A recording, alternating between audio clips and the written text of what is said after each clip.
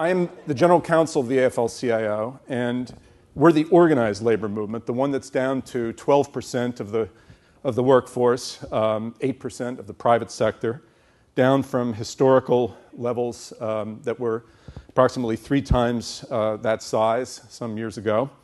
Some, including myself, would say we still have disproportionate influence, whether measured by the union advantage that is seen in collective bargaining agreements in terms of the economic benefits that are provided to workers covered by those agreements, or as measured by our continued political and legislative influence affecting state, federal, local legislatures and political campaigns. But surely if our trend continues, that level of influence will be declining as well. Meanwhile, there is another labor movement that has been growing. And it's the labor movement that is loosely speaking, a labor movement of worker centers that are community-based organizations with terrific energy, a lot of momentum, to coin a phrase, and shame on us if the organized labor movement and this new emerging labor movement can't figure out how to collaborate, work together, and take advantage of what both of our movements bring to the plight of low-wage workers in particular. So that's what I want to talk about today. And I'm going to use a very exciting, I think, ongoing community labor campaign, labor standards enforcement campaign, that is been going on involving car wash workers in Los Angeles. So let me first just introduce you to a couple of the workers themselves. The gentleman in the middle is named Feliciano Hernandez. He's 63 years old. He has worked at car washes in the Los Angeles Los Angeles area for more than 40 years. That's not typical.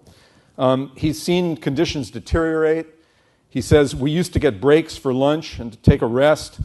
I could support my family working in a car wash back then, but no more. Now it seems we just work for hours with no breaks and no water, even on the hottest days, and in the end, the boss shorts our paycheck.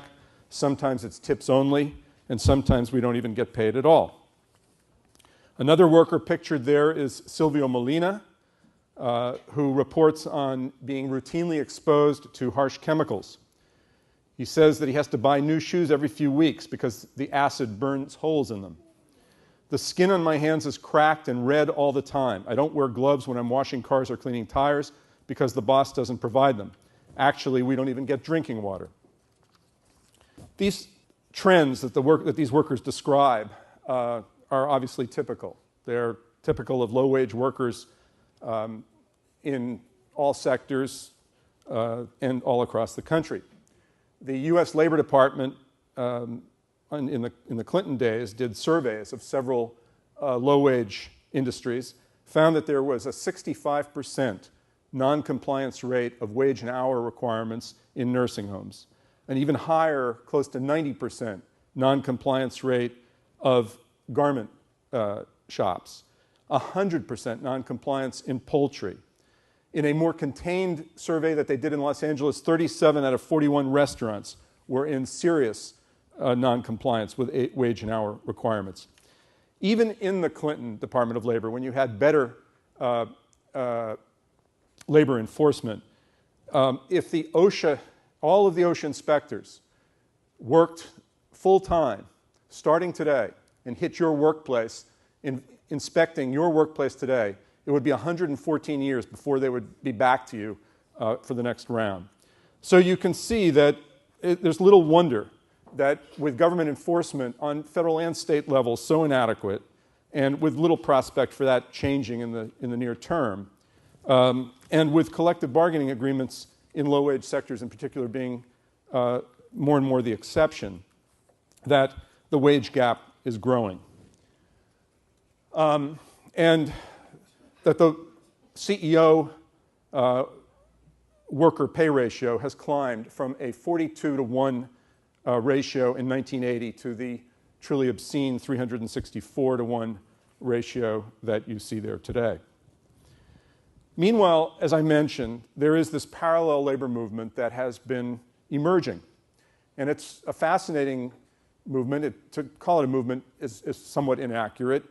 There are some loose coalitions of day laborers, of interfaith worker organizations, and a couple of others. But these are largely individual community-based advocacy organizations that do a variety of different things on behalf of workers, of non-union workers, ranging from legal service type of representation to dispatching of day laborers to advocating before state and local legislatures for new standards or for enforcing existing standards. There's a lot of worker rights education, immigrant rights education. Many of these are immigrant-based organizations, ethnic-based organizations, but not exclusively. And little by little, in recent years, the organized labor movement and these organizations have been finding each other. The worker center workers, or at least day laborers, to give you an example, have a 42% wage theft rate. 42% of them experience wage theft. A fifth of them are injured on the job, with a half of those injuries typically not treated. 92% of those workers said they would join a union if they had the opportunity in one recent survey.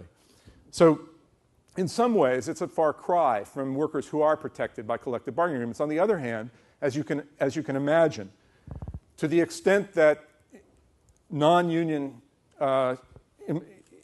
employers are able to impose working conditions, economic and non-economic conditions, on non-union workers, it has an impact on everybody. It brings down labor standards across the board.